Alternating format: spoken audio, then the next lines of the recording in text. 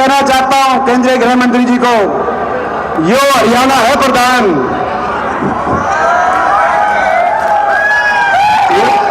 हरियाणा है कि नहीं? हरियाणा है, कहीं है तो हरियाणा प्रदेश में।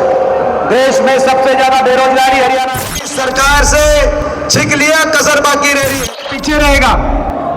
वही साथी हमारा अपना साथी। राम राम जी सबको। कांग्रेस पार्टी, अब मेरा आग्रह है जो स्टेज पे जो खड़े हैं हमारे साथी आसपास के, वो बैठ जाए 2 मिनट के लिए और फिर चलेंगे। से कम नहीं है। मैं आपसे पूछना चाहता हूं, ये अग्नि परीक्षा देने के लिए आप तैयार हो? यहां से लेकर पीछे रहेगा, वही साथी हमारा अपना साथी। हरियाणा मांगे हिसाब।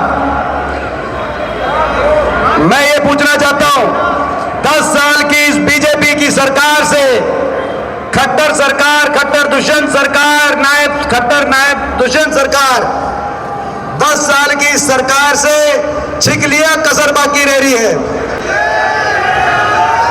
छिक लिया, कसर बाकी रह रही है। जिस सरकार ने हरियाणा को विकास की पटरी से उतार दिया, जो हरियाणा देश में विकास में, खुशहाली में, तरक्की में, भाईचारे में, अमन चैन शांति में देश में नंबर 1 था कांग्रेस सरकार के समय, आज वो हरियाणा 10 साल की इस बीजेपी की सरकार के बाद देश में नंबर 1 है। तो किस चीज में देश में नंबर 1 है? बेरोजगारी में आज देश में नंबर 1। देश में सबसे ज्यादा बेरोजगारी आज हरियाणा प्रदेश में, और ये मैं नहीं कह रहा, ये भारत सरकार बता रही है संसद में कि देश में 28 राज्यों में सबसे ज्यादा बेरोजगारी कहीं है तो हरियाणा प्रदेश में। देश में सबसे ज्यादा बेरोजगारी हरियाणा में, देश में सबसे ज्यादा अपराध आज हरियाणा में, अमन चैन शांति के प्रतीक हरियाणा में सबसे ज्यादा अपराध दर आज हरियाणा प्रदेश में। हरियाणा के नौजवान को बेरोजगारी की गर्त में ऐसा धकेला गया इस सरकार द्वारा, कहीं हरियाणा का नौजवान डिप्रेशन की तरफ, कहीं नशे की तरफ, नशे में पंजाब से आगे हरियाणा कैसे निकल गया। हम पूछ रहे हैं सवाल इस सरकार से कि आज सबसे ज्यादा बेरोजगारी 10 साल की आपकी सरकार के बाद हरियाणा में क्यों है? हम पूछ रहे हैं सवाल इस सरकार से, आज सबसे ज्यादा नशा पंजाब से भी ज्यादा हरियाणा में क्यों आ गया? हम पूछ रहे हैं सरकार, ये सवाल इस सरकार से, आज गरीब की सारी योजनाएं, एससी वर्ग की, बैकवर्ड वर्ग की सारी स्कीम्स बंद क्यों कर दी आपने? 100-100 गज के प्लॉट की स्कीम आपने क्यों 10 साल बंद रखी? आपने मकान, गरीब को मकान मिलते थे वो स्कीम क्यों बंद रखी? हमारे समय पीने के पानी की टंकी टूटी, बिजली का पानी का कनेक्शन मिलता था, वो स्कीम आपने क्यों बंद रखी 10 साल? गरीब को क्यों उलझा दिया?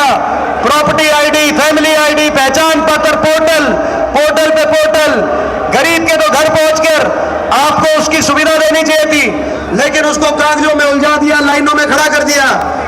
मैं पूछना चाहता हूं इनसे, अभी केंद्रीय गृह मंत्री आए थे अमित शाह, जब गुजरात में पोर्टल नहीं है, जब गुजरात में पोर्टल नहीं है, गुजरात में आईडी नहीं है, गुजरात में परिवार पहचान पत्र नहीं है, तो हरियाणा में क्यों लागू हुआ?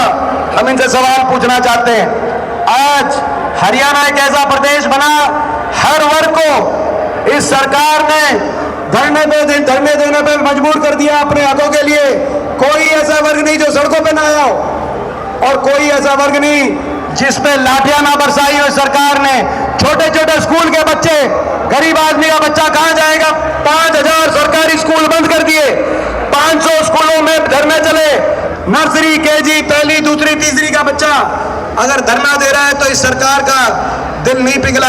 500 स्कूलों में बच्चों को धरने देने पड़े। हमारी बेटियों को अपने न्याय मांगने के लिए जंतर मंतर पर धरना देना पड़ा, उनको वहां पे घसीटा गया। हमारे आड़ती भाइयों को धरना देना पड़ा, कर्मचारियों को, शिक्षकों को, कोई ऐसा वर्ग नहीं, किसान को धरना पड़ा।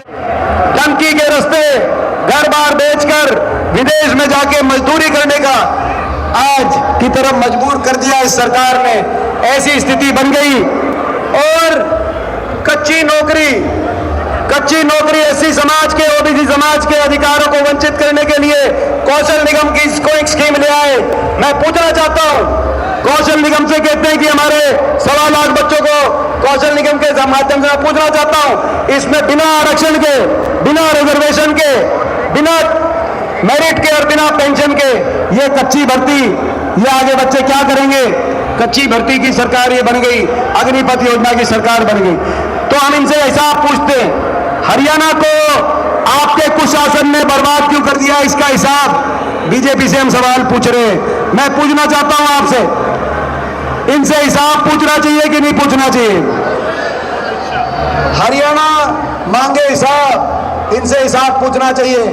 और बीजेपी और जेजेपी, एक और पार्टी थी जेजेपी, उससे भी हिसाब लेने का समय आ गया है। ये वही पार्टी थी जिस पार्टी ने जनता के साथ विश्वासघात किया। यहां से इनका विधायक है, यहां से इनका विधायक है। मैं पूछना चाहता हूं, जो इनका विधायक यहां से जीता, वो विधायक बीजेपी की सरकार को बनाने के नाम पे जीता या बीजेपी की सरकार को जमुना पार के नारे पे जीता? मैं पूछना चाहता हूं आपसे। आपके बीच में आए थे, कहने लगे बीजेपी पिछले इलेक्शन में कहती थी कि बीजेपी जाएगी 75 पार, और जेजेपी कहती थी बीजेपी की सरकार को करो जमुना पार। कहती थी कि नहीं कहती थी? मैं आपसे पूछता हूं, जमुना पार। और फिर बन गए, इलेक्शन का नतीजा रखते ही दोनों बन गए पक्के यार। 5 साल चलाई भ्रष्ट सरकार, ऐसा भ्रष्टाचार नहीं देखा हमने। इतना भ्रष्टाचार कि आपने देखा होगा गठबंधन अभी तोड़ा समझौते के तहत, और गठबंधन तोड़ने के बाद क्या कहा? दुष्यंत चौटाला कह रहे हैं बीजेपी के घोटालों के राज बताएंगे, और बीजेपी वाले कह रहे हैं दुष्यंत चौटाला के घोटालों की जांच कराएंगे। यही बात। ये प्रोग्राम कांग्रेस पार्टी ने शुरू किया। हमने 3 दिन पहले करनाल से अपनी पदयात्रा शुरू करी। अरे तो 3 दिन में हिसाब मांगते ही भाजपा को इतनी तकलीफ हुई, अगले दिन अमित शाह दिल्ली से आए और कहने लगे, क्या कहा आपने सुना होगा कि कांग्रेस भी हिसाब मांग रही है, हम कांग्रेस से हिसाब मांगे। 10 साल से आप सरकार में, आप बिना हिसाब दिए चले गए। हम हिसाब मांग रहे हैं, देश में सबसे ज्यादा बेरोजगारी क्यों हुई, सबसे ज्यादा महंगाई क्यों हुई, सबसे ज्यादा अपराध क्यों, हरियाणा में सबसे ज्यादा नशा क्यों हुआ, और आप कह रहे हो हम हिसाब नहीं देंगे, बिना हिसाब दिए चले गए। मैं कहना चाहता हूं केंद्रीय गृह मंत्री जी को, यो हरियाणा है प्रधान, हरियाणा है कि नहीं? हरियाणा है, यो हरियाणा है प्रधान। यहां हिसाब हम लेंगे। बिना छत्तीस बिरादरी हरियाणा की हिसाब लेना भी जानती है, और हिसाब बराबर भी करना चाहती है, जानती है। एक हिसाब लिया हरियाणा की जनता ने जेजेपी पार्टी से, दुष्यंत चौटाला से, हर सीट पर जमानत जब्त कराकर। इस लोकसभा चुनाव में दूसरा हिसाब बीजेपी से लेगी हरियाणा की जनता। इस चुनाव में लोकसभा के चुनाव में हरियाणा के लोगों ने लोकसभा में बीजेपी को किया हाफ, विधानसभा चुनाव में बीजेपी को कर देगी साफ। हरियाणा की जनता हिसाब लेना जानती है, ये हरियाणा है। तो हरियाणा की भाई, तो ये हिसाब इनसे ले, इनसे हिसाब मांगने के लिए आप बताओ, घर घर निकल जाए हम, आपकी इजाजत हो तो एक बार हाथ खड़ा करके आप बताओ। मैं समझता हूं आज ये हमारा प्रोग्राम तो पदयात्रा का था, पदयात्रा को भी शुरू करेंगे, लेकिन इतनी ताबड़तोड़ रैली, ये रैली और जुलाना हल्का, हरियाणा का ये वो हल्का है, हरियाणा के अगर बीचों बीच हरियाणा का दिल कहीं है तो जुलाना हल्के में है, हरियाणा के मध्य में। और भाई हमारे लिए तो धरती का बीचल है, हमारे लिए तो धरती का बीचल है, तो भाई ये वो हल्का है और ये हमारा अपना हल्का है। मैं एक और चीज पूछना चाहता हूँ, जुलाना हल्के में हमेशा आपके बीच में आने का मुझे मौका मिला, हमेशा आपका ऐसे आशीर्वाद मिला, मगर पिछले 2-3 इलेक्शन में नतीजा उस तरीके से नहीं आया। तो भाई मैं पूछना चाहता हूँ कि ना भाई, जो लोकसभा में जैसे आपने सतपाल ब्रह्मचारी जी को आशीर्वाद दिया, ईद के ने विधानसभा में भी भाई जुलाना की सीट कांग्रेस की झोली में डालोगे कि नहीं डालोगे, नहीं बताओ भाई।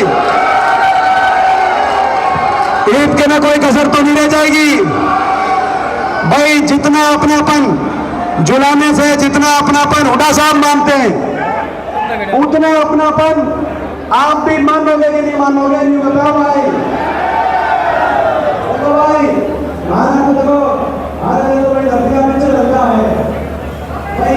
हरियाणा के फिर अगर वही है तो जुलाना में है, और इस बार जुलाना ही नहीं ठीक जिला